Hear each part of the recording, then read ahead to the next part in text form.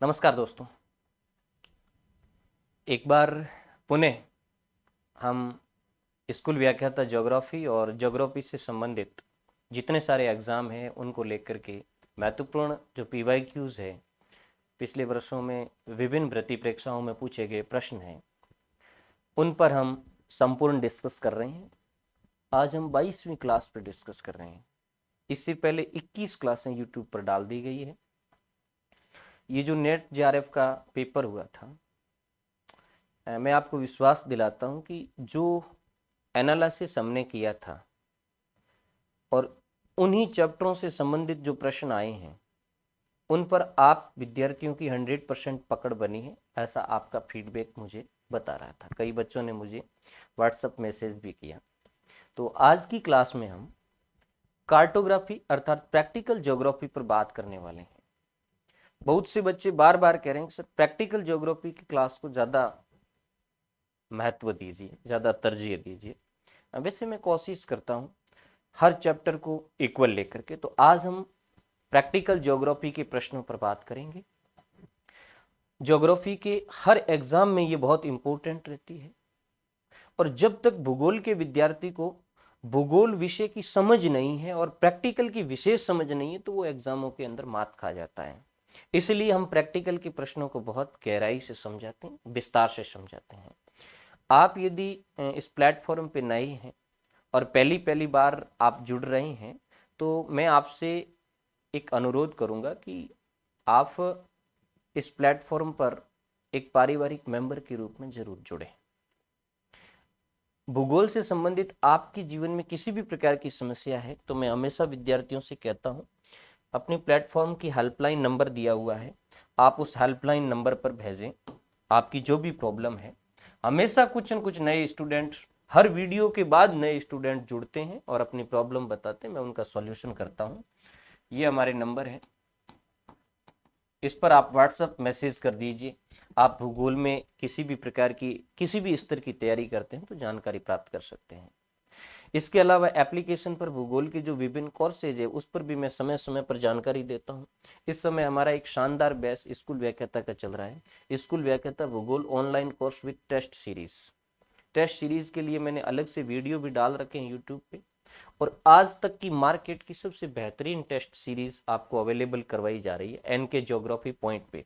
Application का नाम है NK geography point. Google Play Store में जाकर के एनके ज्योग्राफी पॉइंट इस नाम से आपको एप्लीकेशन सर्च करके डाउनलोड करना है। एप्लीकेशन को डाउनलोड करने में किसी भी प्रकार की प्रॉब्लम आ रही है तो आप इस नंबर पर मैसेज कर दीजिए। पुणे में आपको बता देता हूँ, ये ऑनलाइन कोर्स चल रहा है जिसमें टेस्ट सीरीज आपको फ्री उपलब्ध करवाई गई है और डाउट सेशन की वीडियो भी आपको फ्री उपलब्ध करवाई गई हैं। ये कोर्स लगभग 80% तक हो गया है। इंडिया ज्योग्राफी और राजस्थान ज्योग्राफी के चैप्टर बाकी हैं, इंडिया के कुछ चैप्टर डाल दिए, कुछ बाकी हैं। प्रैक्टिकल ज्योग्राफी पूरी करवा दी गई है और कुछ विद्यार्थियों की जिनके केवल प्रैक्टिकल में समस्या थी तो उनके लिए अलग से मैंने कोर्स बना दिया, केवल प्रैक्टिकल का है। वहाँ केवल आप प्रैक्टिकल की क्लासें ले सकते हैं। पैनल पीडीएफ वहाँ आपको अवेलेबल हो जाएगी।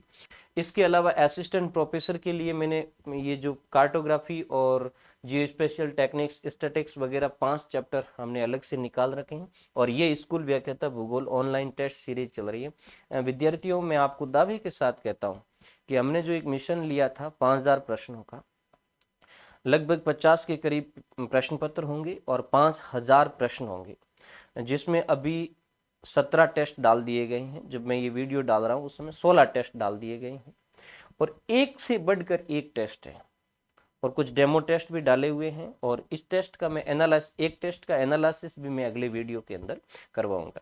चलो, ये सारे कोर्सेज पर बात होगी। किसी भी प्रकार की प्रॉब्लम है तो आप इस प्लेटफॉर्म के नंबर पर मैसेज कर सकते हैं। यही हमारा टेलीग्राम चैनल है, वहाँ हर तरीके की आपको सुविधाएं उपलब्ध होगी ज्योग्राफी से संबंधित। अब हम आ जाते हैं आज के प्रश्नों पर बात करते हैं। पहला ही प्रश्न, वृत्त मापनी मानचित्र है। वृत्त मापनी मानचित्र एटलस मानचित्र है, विश्व का राजनीतिक दीवारी मानचित्र है, या भूसंपत्ति मानचित्र है, या विश्व का प्राकृतिक दीवारी मानचित्र है। तो पहले तो मैं हमेशा की तरह कहूंगा, नोटबुक लेकर के बैठिए और प्रश्न को नोट करिए। इस प्रश्न का उत्तर है भूसंपत्ति मानचित्र। विद्यार्थियों, जब आप मानचित्र की बात करते हैं या मानचित्र क्लासिफिकेशन की बात करते हैं तो मापनी के आधार पर मानचित्रों को दो भागों में बांटा जाता है। मापनी के आधार पर मानचित्र दो प्रकार के होते हैं, एक होता है बृहत मापनी मानचित्र और एक होता है लघु मापनी मानचित्र। लघु मापनी मानचित्र विद्यार्थियों, बृहत मापनी मानचित्र में दो तरह के मानचित्र आते हैं, एक तो है भू संपत्ति मानचित्र और इसके अलावा एक है स्थलाकृतिक मानचित्र। ये कई बार परीक्षा में पूछा गया प्रश्न है। ये दो तो आते हैं बृहत मापनी मानचित्र में। इनकी जो मापनीय होती है विद्यार्थियों वो 1:4000 या उससे बड़ी बड़ी होती है। इसका कोई फिक्स क्राइटेरिया नहीं है, लेकिन 1:4000 या इससे बड़ी बड़ी होती है। एक बात मैं पहले ही आपको बता देता हूं कि मापनी कौन बड़ी है और कौन छोटी है, मतलब किस मापनी को तुम बड़ी मापनी कहोगे, किस मापनी को छोटी कहोगे। दो का जब तुम्हें कंपैरिजन करवाना होता है तो जिस मापनी का धरातलीय अनुपात बड़ा होता है वो मापनी है वो छोटी कहलाती है, और जिस मापनी का धरातलीय अनुपात छोटा होता है वो मापनी बड़ी कहलाती है। तो बृहत मापनी के मानचित्रों में एक भू संपत्ति मानचित्र है, जैसे घर के प्लान हो गए, नगर के प्लान हो गए, कॉलोनी के प्लान हो गए, ये सब भू संपत्ति मानचित्र में आता है। जैसे एक गांव का जो पटवारी के पास पाया जाने वाला नक्शा है वो सब भू संपत्ति मानचित्र में। उसके बाद आते हैं स्थलाकृतिक मानचित्र। तो विद्यार्थियों आपने ज्योग्राफी के अंदर टॉपोग्राफिक शीट पढ़ी होगी, वो इसके अंतर्गत आती है। और स्थलाकृतिक मानचित्र है वो भारत में विभिन्न शीटें निकलती है, आपको पता हो तो 1:25,000 से शुरू होकर के और लास्ट आप 1:10 लाख तक की शीटें हैं वो उसमें बनाई जाती है। ठीक है, 1:10 लाख जिसको हम मिलियन मानचित्र या मिलियन सीट कहते हैं। इसका मैं कभी आपको विस्तार से पूरा बताऊंगा यूट्यूब पे, यहाँ से प्रश्न काफी अच्छे खासे आते हैं। उसके बाद में जो लघु मापनी के मानचित्र है विद्यार्थियों, ये दो तरीके के मानचित्र होते हैं। एक तो मानचित्र होता है ये यहाँ दिया हुआ है दीवारी मानचित्र, ये होता है, और एक होता है एटलस मानचित्र, ये यहाँ दिया हुआ है एटलस मानचित्र। एटलस मानचित्र, ठीक है। दीवारी मानचित्र जो दीवार पर लटकाए जाते हैं, राजनीतिक भी हो सकते हैं, प्राकृतिक भी हो सकते हैं।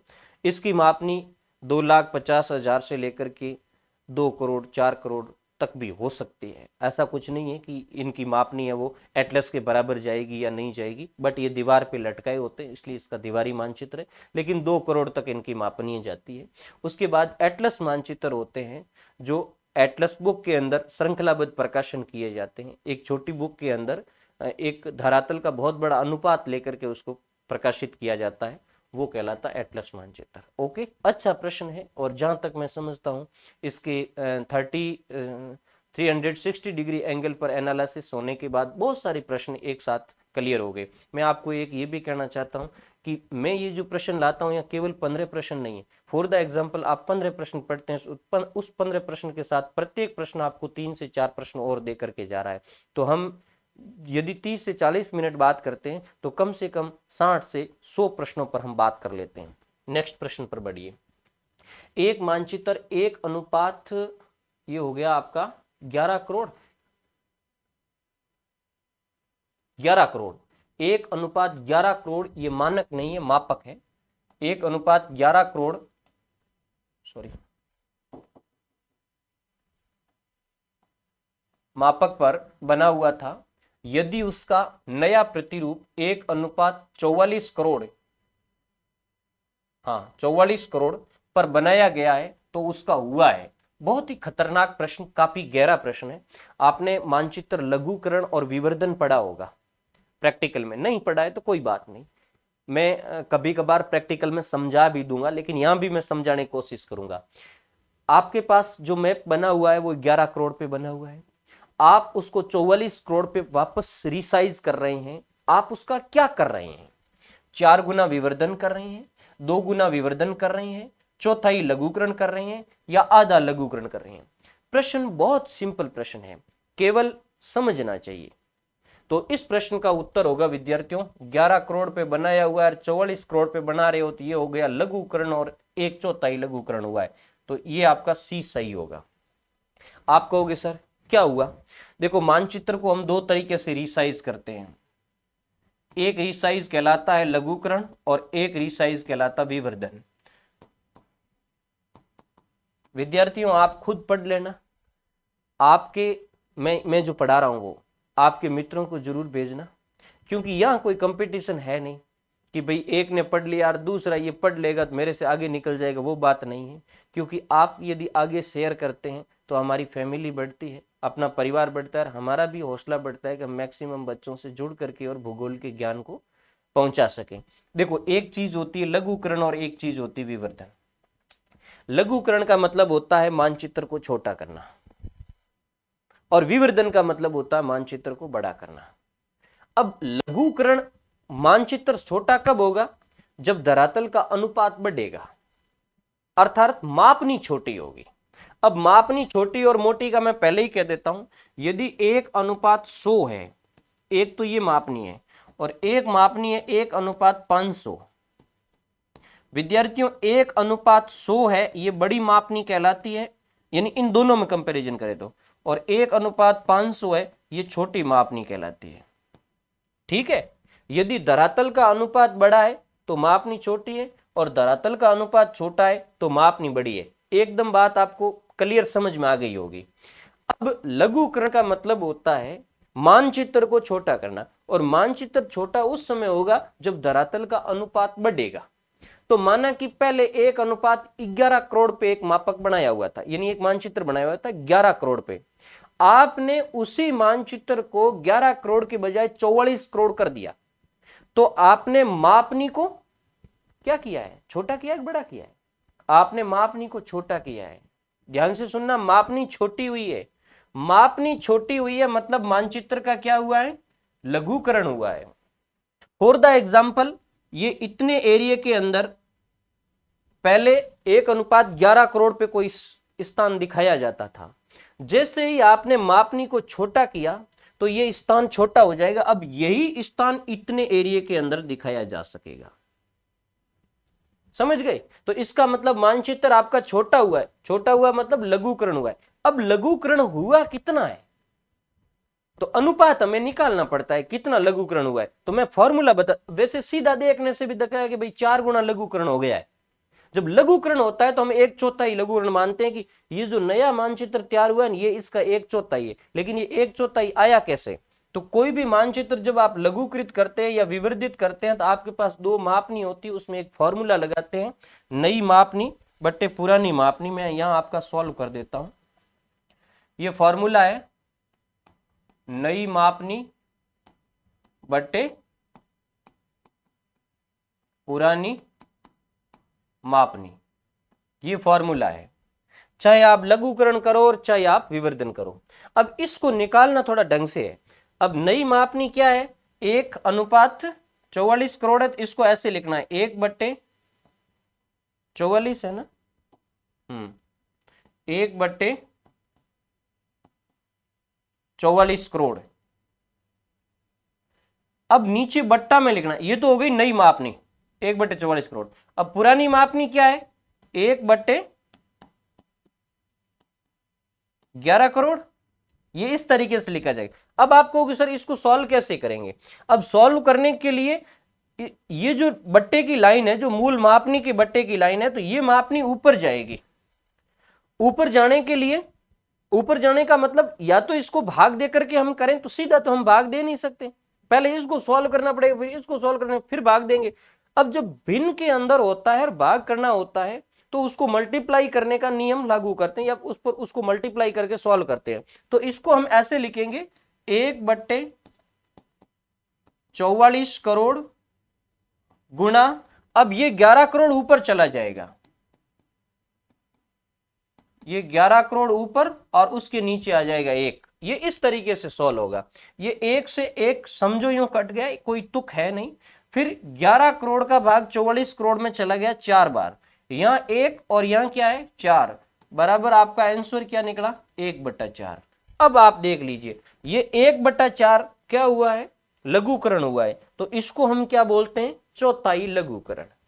सुनो गौर से, यदि यही मानचित्र 1:44 करोड़ पे बना हुआ होता और उसका तुम 1:11 करोड़ पे रीसाइज करते विद्यार्थियों, तो यह कहलाता विवर्धन। और विवर्धन जब होता है तो वो कहलाता है 4 गुना विवर्धन। अब आप कहोगे सर ऐसे कैसे 4 गुना विवर्धन हुआ, तो यहां हम क्या करते, 1/11 करोड़ लिखते, और यहां हम क्या करते, 44 करोड़ लिखते। फिर यहां 11 का भाग 44 में जाता 4 बार, तो ये 1/4 नहीं आता, 4 आता। इसको हम कहते हैं 4 गुना, और इसको हम जब कहेंगे 1/4 गुना, तो ये तो चौथा ही है। समझ गए ना? तो ये प्रश्न आपके समझ में आ गया होगा, अच्छी तरीके से समझ में आ गया। और ऐसे प्रश्न कई बार परेशानी पैदा करते, लेकिन अब मुझे विश्वास है कि जो अपने स्टूडेंट है इस परिवार के, उनको ये समस्या पैदा नहीं होगी। नेक्स्ट प्रश्न पर आ जाएं। 350 मीटर ऊंचा कोई जलप्रपात प्रदर्शित करना है, उसके लिए 50 मीटर अंतराल से कितनी समोच्च रेखाएं मिलेगी? बट ये तो बहुत इजी प्रश्न है। 9 मिलेगी, 8 मिलेगी, 6 मिलेगी, 7 मिलेगी। तो इसमें सभी कहेंगे कि सर 7 मिलेगी, क्योंकि 350 मीटर ऊंची पहाड़ी है और 50-50 मीटर के अंतराल से आप समोच्च रेखा खींचोगे तो 7 समोच्च रेखा यहाँ वो खींची जाएगी। ठीक है। नेक्स्ट, प्रिज्मीय कंपास में लगी हुई अंशांकित वलय की उत्तर दिशा में जो अंश अंकित होता है वह है। हालांकि ये स्कूल लेक्चरर के लेवल से थोड़ा ऊंचा प्रश्न है। प्रिज्मेटिक कंपास आपने पढ़ा होगा, असिस्टेंट प्रोफेसर नेट जेआरएफ के लिए पढ़ा होगा। वो बच्चे यहाँ आप ध्यान दें कि जो प्रिज्मेटिक कंपास अपना बना हुआ है, प्रिज्मेटिक कंपास जो बॉक्स होता है उसके अंदर एक चक्र लगा होता है और उसमें सुई है, और उस सुई के चारों ओर जो अंश है अर्थात कोण इंगित किए हुए, उसमें कौन सा कोण नॉर्थ में रहता है, कौन सा साउथ में रहता है, उससे संबंधित ये पूछ रहा है। और ये कह रहा है कि उत्तर दिशा में कौन सा रहेगा, ये पूछ रहा है। 0 डिग्री रहेगा, 180 डिग्री रहेगा, 90 डिग्री रहेगा, 270 डिग्री रहेगा। माना कि ये इस तरीके का आपका वो कंपास है, और इसमें ये माना कि नॉर्थ साइड है, और ये माना कि साउथ साइड है, और ये माना कि वेस्ट साइड है, और ये माना कि ईस्ट साइड है। माना क्या ये इसी तरीके का होता है। तो अब ये पूछ रहा है कि नॉर्थ के अंदर आपका है वो कौन सा अंश रहेगा, तो इसका उत्तर आपका 180 राइट है विद्यार्थियों, ये ध्यान रखना।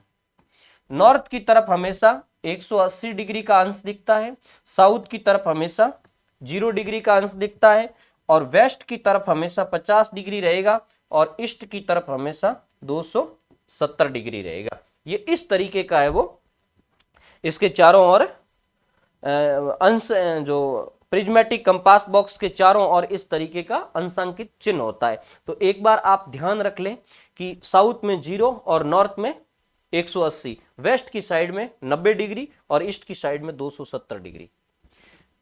प्रदर्शक भिन्न मतलब आरएफ 1:1,00,000 का कथनात्मक मापक होगा। बहुत ही शानदार प्रश्न है। मापक के 3 रूप है, उसकी बात कर रहा हूं। पहले मैं आपको इस प्रश्न का आंसर के बारे में बता दूं। 1 सेंटीमीटर बराबर 100 हेक्टामीटर, 1 सेंटीमीटर बराबर 100 मीटर, 1 सेंटीमीटर बराबर 100 डेसीमीटर, 1 सेंटीमीटर बराबर 100 डेकामीटर। अच्छा प्रश्न है, और जिसने प्रैक्टिकल को ढंग से पढ़ा है वो इसको सॉल्व कर सकता है। इस प्रश्न का उत्तर आपका होगा 1 सेंटीमीटर बराबर 100 डेसीमीटर। आप कहोगे सर ये क्या माजरा है?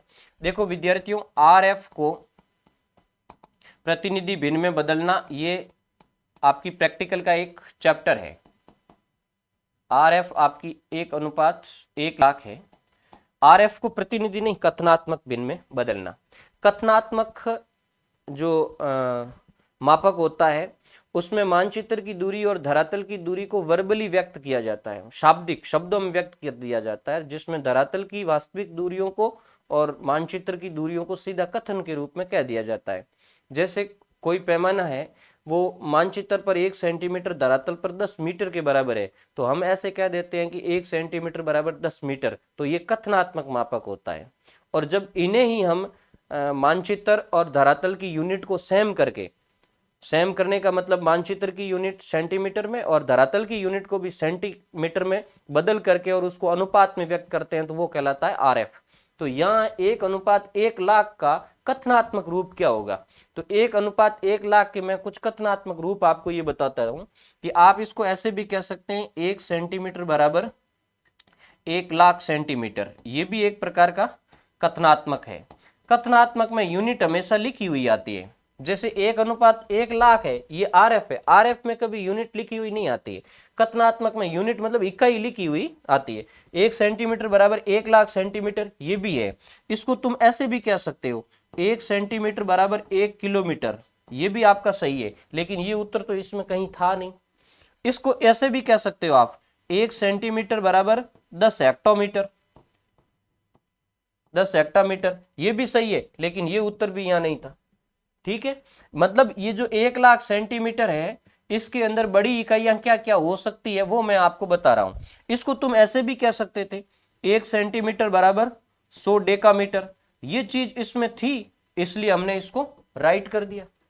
डेकामीटर से नीचे आए तो इसको तुम ऐसे भी कह सकते हो, 1 सेंटीमीटर बराबर 1000 मीटर, वो चीज इसके अंदर थी नहीं, मीटर कितना दे रखा था, 100 दे रखा था, इसलिए ये गलत हो गई। इसको तुम ऐसे भी कह सकते हो, 1 सेंटीमीटर बराबर 10,000 डेसीमीटर, लेकिन वो चीज इसके अंदर थी नहीं, डेसीमीटर कितना दिया हुआ था, 100 दिया हुआ था, इसलिए ये प्रश्न आपका 1 सेंटीमीटर बराबर 100 डेकामीटर सही हुआ। आपको बात अच्छी तरीके से समझ में आ गई होगी।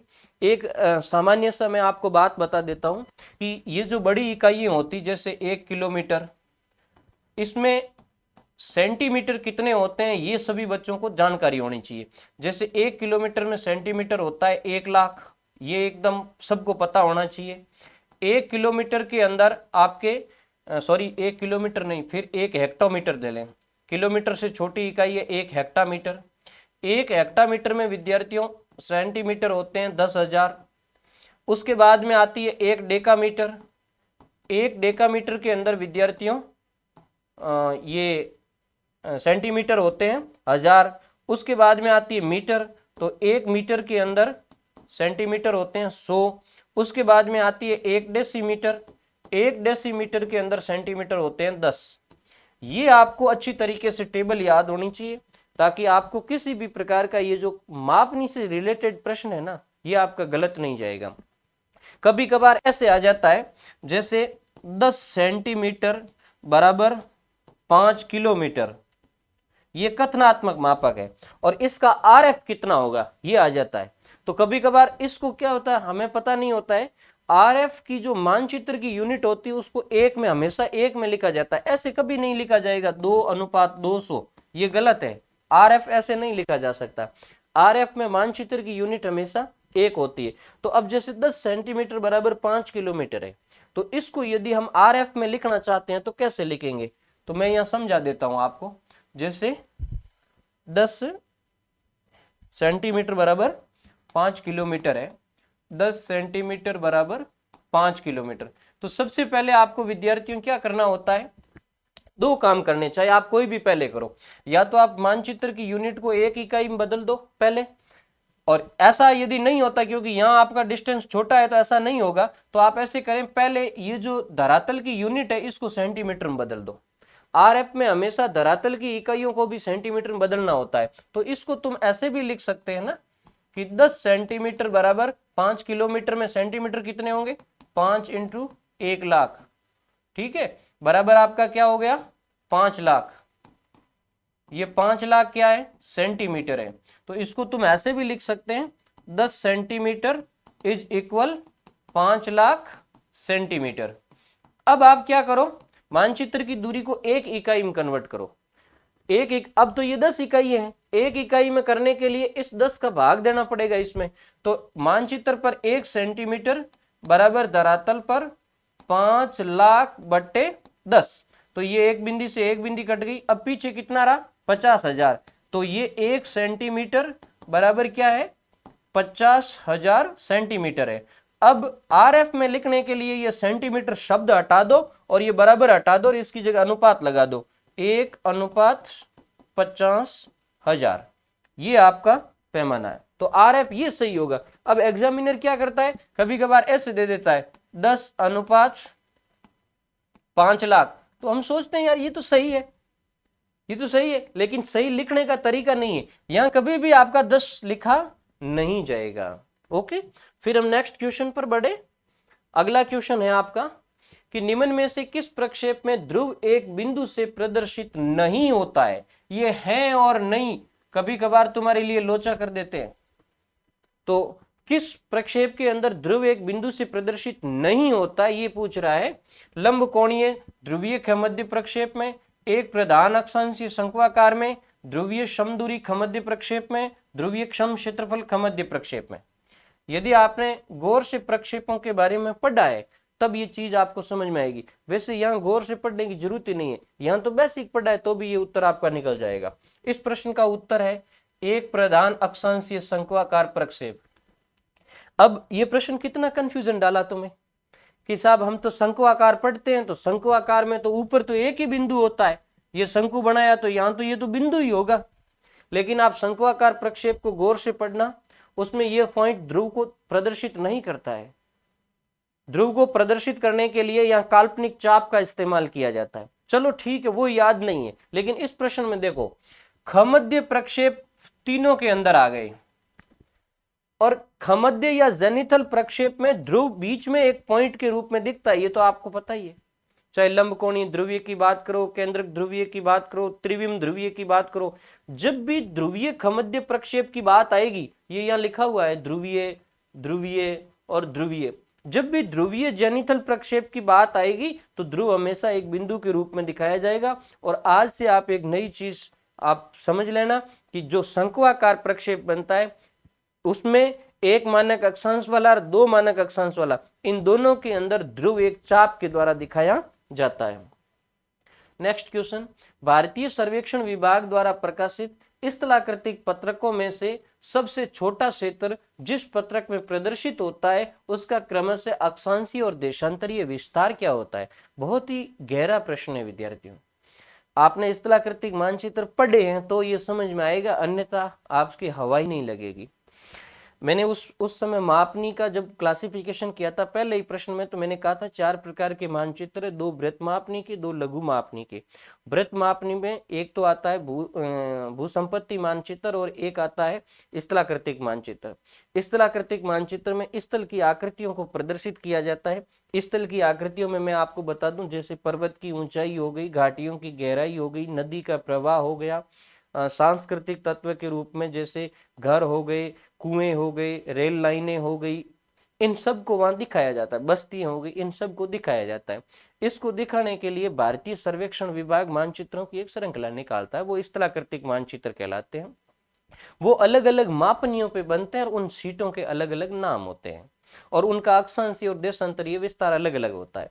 सबसे बड़ा जो मानचित्र होता है वो मिलियन सीट पे बनता है, जिसको हम मिलियन मानचित्र कहते हैं, अर्थात 1:10 लाख की मापनी पे बनता है। उसके बाद भारतीय सीटों का क्लासिफिकेशन होता है, तो सबसे बड़ी सीट 1:2,50,000 पे बनती है। उसके बाद एक सीट बनती है 1:1,25,000 पे। उसके बाद एक सीट बनती है 1:50,000 पे। देखो शुरुआत में जब भारत की मानचित्र श्रृंखला के मानचित्र प्रकाशित हुए थे उस समय ये 3 मानचित्र प्रकाशित किए गए थे। उसके बाद कुछ विशेष प्रयोजनों के लिए 1:25,000 का मैप भी निकाला जाता है। अब जब ये मिलियन मानचित्र बनता है तो उसमें 4 डिग्री अक्षांश और 4 डिग्री देशांतरों के अंतराल पे मानचित्र बनाए जाते हैं। मिलियन सीटें जितनी भी है वो 4 डिग्री अक्षांश और 4 डिग्री देशांतर के अंतराल से बनती है। फिर जो 2,50,000 की सीट बनती है ये 1 डिग्री अक्षांश और 1 डिग्री देशांतर के अंतराल से बनती है। और ये जो 1:25,000 की सीट बनती है ये विद्यार्थियों 30 मिनट अक्षांश और 30 मिनट देशांतर के अंतराल से बनती है। कभी किसी चैप्टर में इसको आया तो मैं डिटेल से बताऊंगा। और 1:50,000 की सीट बनती है जो 15 मिनट अक्षांश और 15 मिनट देशांतर के अंतराल से बनती है। अब ज्यादातर एग्जामिनर का फोकस ये रहता है कि ये जो सीट है 1:50,000 की वो स्थलाकृतिक पत्रक श्रृंखला की सबसे छोटी सीट है। ये 1:25,000 तो किसी विशेष प्रयोजन के लिए निकाली जाती है। 1:50,000 की जो सीट है, जो सबसे छोटी सीट है, वो 15 मिनट अक्षांश और 15 मिनट देशांतर के अंतराल से निकाली जाती है। तो ये इसका आंसर होगा। और बाकी अब देखो प्रश्न बनाने वाले प्रोफेसर पर निर्भर करता है, क्योंकि ये 1:25,000 वाली सीट है ना, ये सीट भी भारतीय ये जो मानचित्रावली का निर्माण करते हैं सर्वेक्षण विभाग वही निकालता है। और उसका जो है ना अक्षांश और देशांतरों का विस्तार वो अलग है। वो 5 मिनट अक्षांश और 7.5 मिनट देशांतर पर निकालता है। तो जहां तक मैं समझता हूं ये प्रश्न, ये उत्तर भी इसका बैठ सकता है,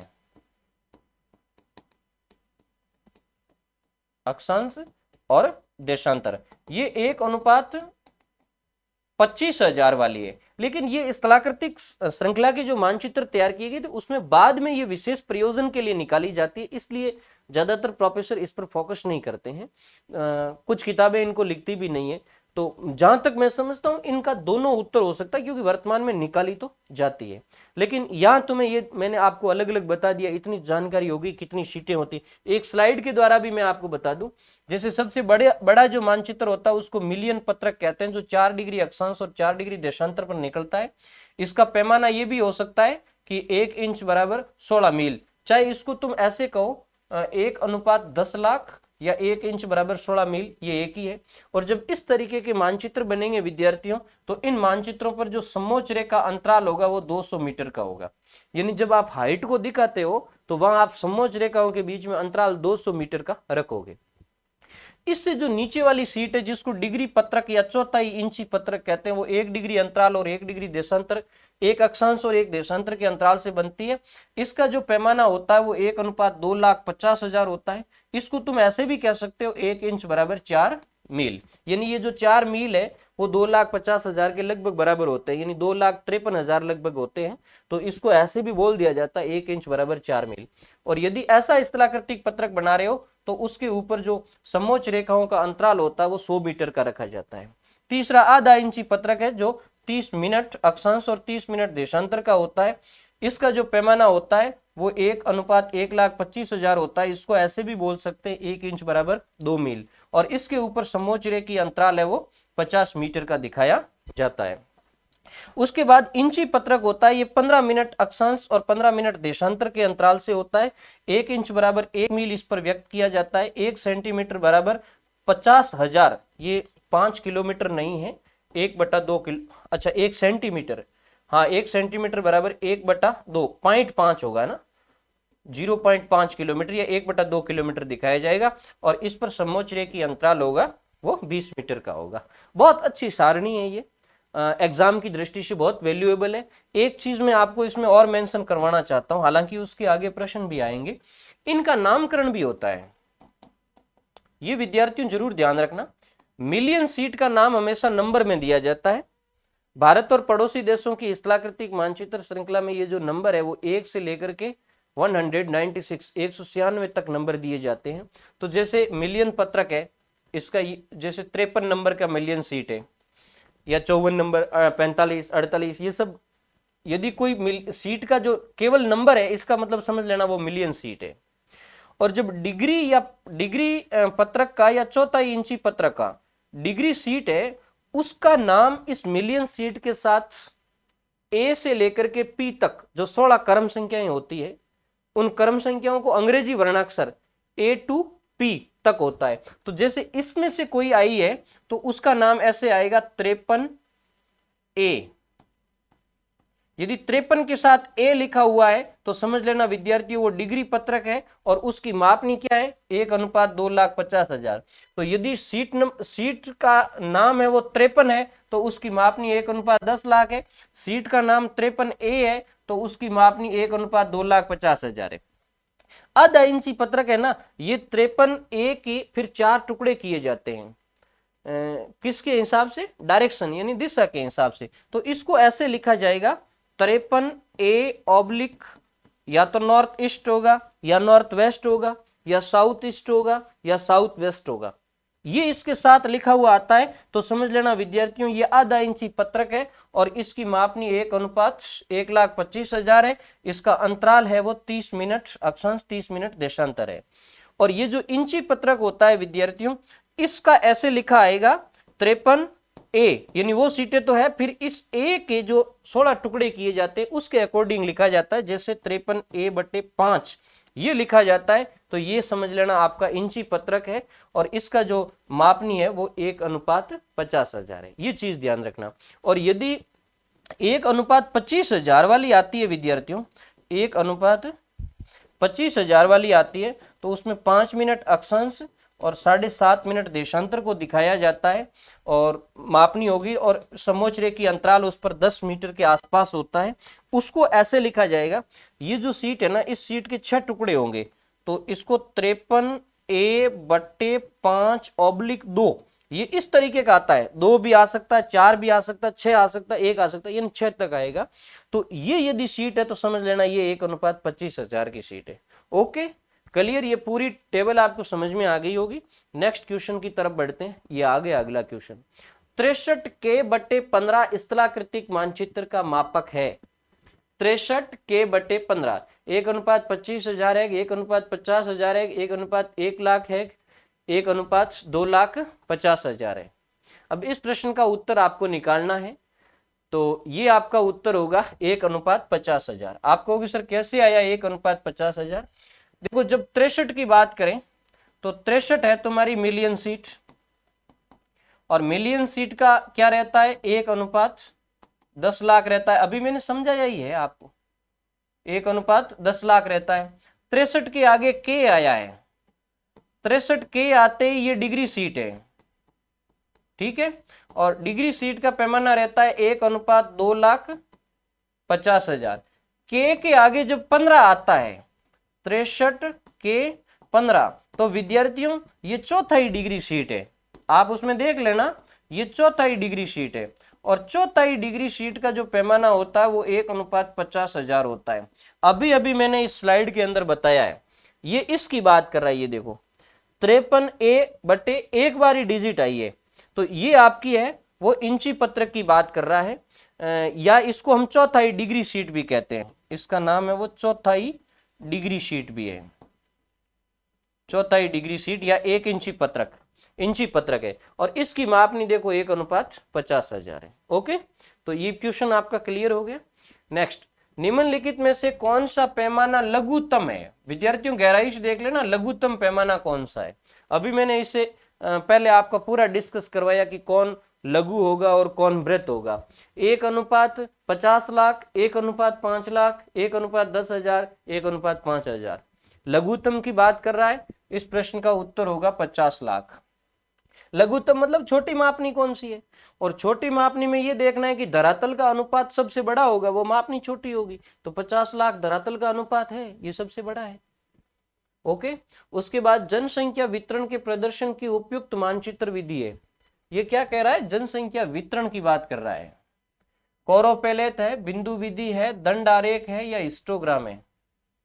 विद्यार्थियों जब जनसंख्या वितरण की बात आती है तो इसमें आपका बिंदु विधि सही होगा, ठीक है। जनसंख्या वितरण का मतलब कहां जनसंख्या ज्यादा है, कहां जनसंख्या कम है, इस चीज को दिखाने के लिए बिंदु विधि यूज की जाती है। कोरोपेलेट का आप अच्छी तरीके से ध्यान रखना, कोरोपेलेट जिसको वर्णमात्री विधि कहते हैं, वर्णमात्री विधि के द्वारा घनत्व को प्रदर्शित किया जाता है। यदि जनसंख्या घनत्व को इंगित करना है, जनसंख्या की वृद्धि दर को इंगित करना है, जनसंख्या की साक्षरता को इंगित करना है, तो वहां पर कोरोपेलेट विधि सबसे इंपॉर्टेंट रहती है। नेक्स्ट, भारत का मौसम मानचित्र बनता है, ये थोड़ा गहरा प्रश्न है। कौन से प्रक्षेप पे बनता है? बॉर्न प्रक्षेप पे, बहुशंकु प्रक्षेप पे, मर्केटर पे, या अंतरराष्ट्रीय प्रक्षेप पे? विद्यार्थियों ध्यान रखना, मौसम मानचित्र भारत का बॉर्न प्रक्षेप पे बनाया जाता है। आपने देखे होंगे मौसम मानचित्र, ग्रेजुएशन या पीजी करने वाले बच्चों ने जरूर देखे हैं। नेक्स्ट क्वेश्चन पर बात करें, सतत और सही दिशा की रेखा में गुणधर्म को बनाए रखने के लिए किस प्रक्षेप का उपयोग किया जाता है?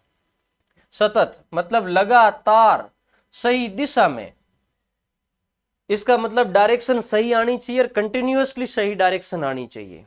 तो आप कौन सा प्रक्षेप यूज करोगे? मर्केटर, नोमोनिक, खमध्य, या सांकव? सांकव मतलब शंकु।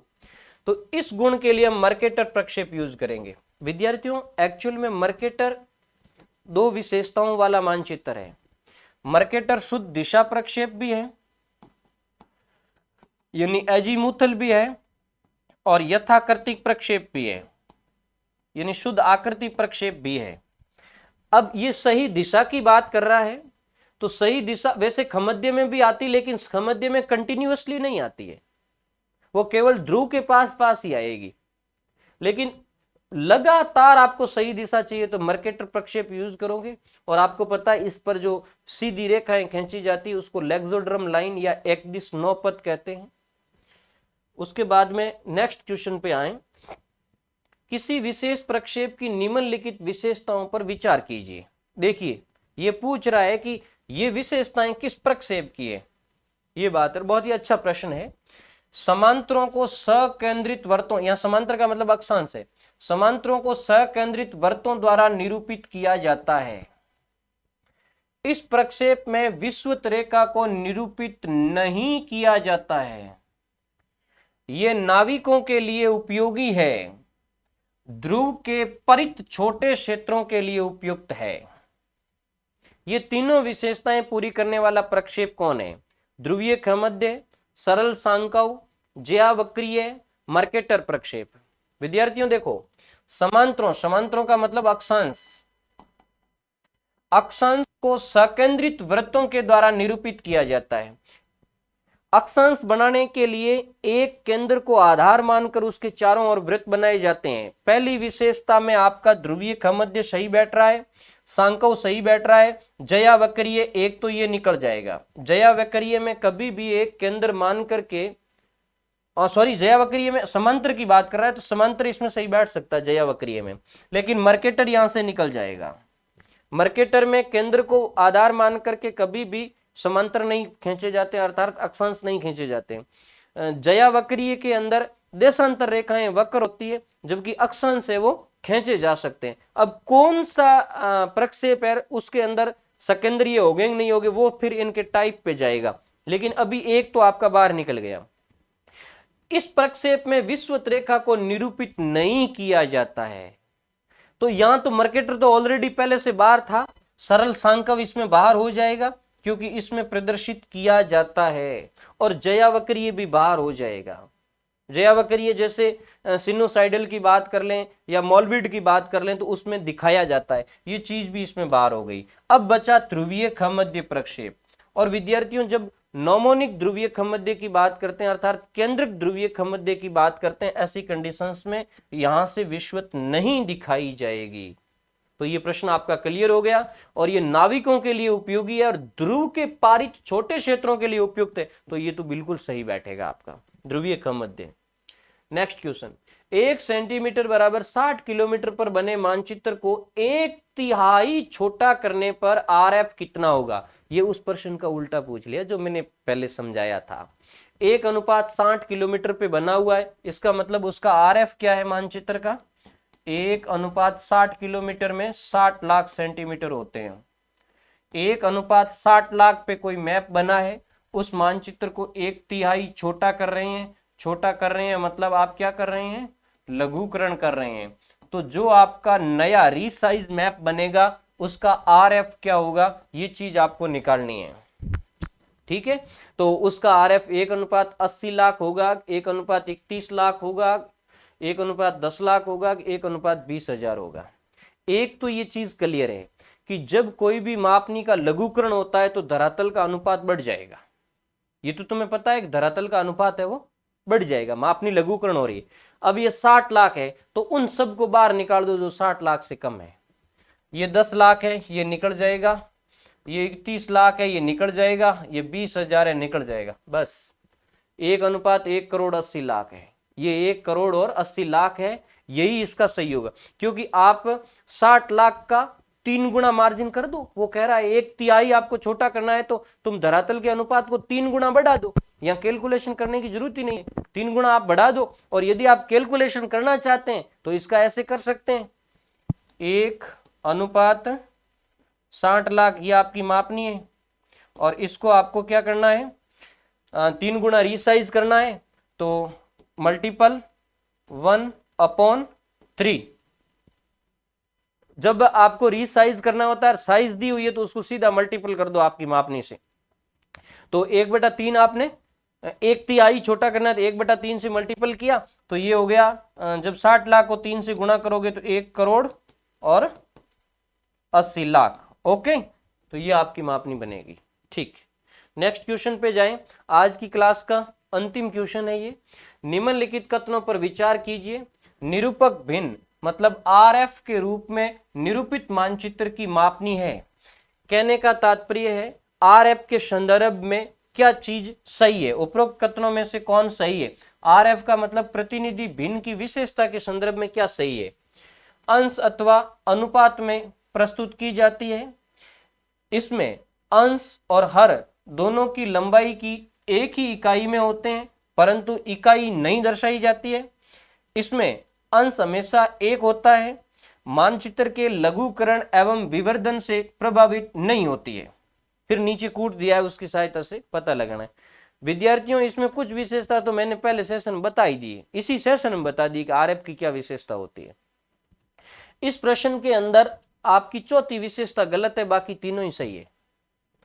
देखो मैं आपका एक क्लियर करता हूं, 1:100 एक आरएफ है, अंश अथवा अनुपात में प्रस्तुत की जाती, बिल्कुल सही है, ये तो अनुपात में लिखी जाएगी। इसको ऐसे तो आरएफ को ऐसे थोड़ा ही लिखा जाएगा 1 सेंटीमीटर बराबर 100 सेंटीमीटर, ये यूनिट तो उसमें आती ही नहीं, बराबर आता ही नहीं उसमें, तो अनुपात में व्यक्त किया जाता है या अंश में व्यक्त किया जाता है। इसको ऐसे भी लिखा जाता है 1/100।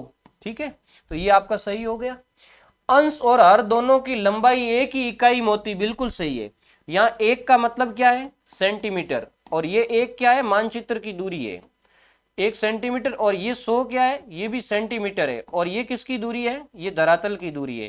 तो ये बिल्कुल सही कह रहा है कि अंश और हर दोनों की लंबाई एक ही इकाई में होते हैं, यानी सेंटीमीटर में होते हैं, परंतु इकाई नहीं दर्शाई जाती, बिल्कुल नहीं दर्शाई जाती। इसमें कहीं पर भी तुम्हें सेंटीमीटर लिखा हुआ देखने को नहीं मिलेगा। अंश हमेशा एक होता है, बिल्कुल राइट, ये बात तो मैंने पहले ही कह दी थी। आप इसको कभी भी ऐसे नहीं लिख सकते 2:200, ये गलत है। आपको ऐसे लिखना ही होगा 1:100, मतलब अंश हमेशा एक रहेगा। फिर चौथी चीज देखो, मानचित्र के लघुकरण और विवर्धन से प्रभावित नहीं होती है, ऐसा कैसे हो सकता है। आप 1:100 पर कोई स्केल बनाई, 1:100 पर कोई मैप बनाया है, उस मैप को तुम रीसाइज कर रहे हो, रीसाइज कितना कर रहे हो तुम, 4 गुना रीसाइज कर रहे हो। तो 4 गुना जब रीसाइज करोगे तो आपकी मापनी नहीं बदलेगी, ये तो कह रहा है कि प्रभावित नहीं होगी, ऐसा कैसे होगा, प्रभावित तो होगी। जब इसको तुम 4 गुना रीसाइज करोगे, 4 गुना रीसाइज कर रहे हो, इसका मतलब तुम इस मापनी को परिवर्तित कर रहे हो, 4 अनुपात इसका परिवर्तित कर रहे हो, तो ये मापनी तो प्रभावित होगी। तो ये है वो आपका गलत है। तो ये आज की सेशन में बस इतना ही प्रश्न।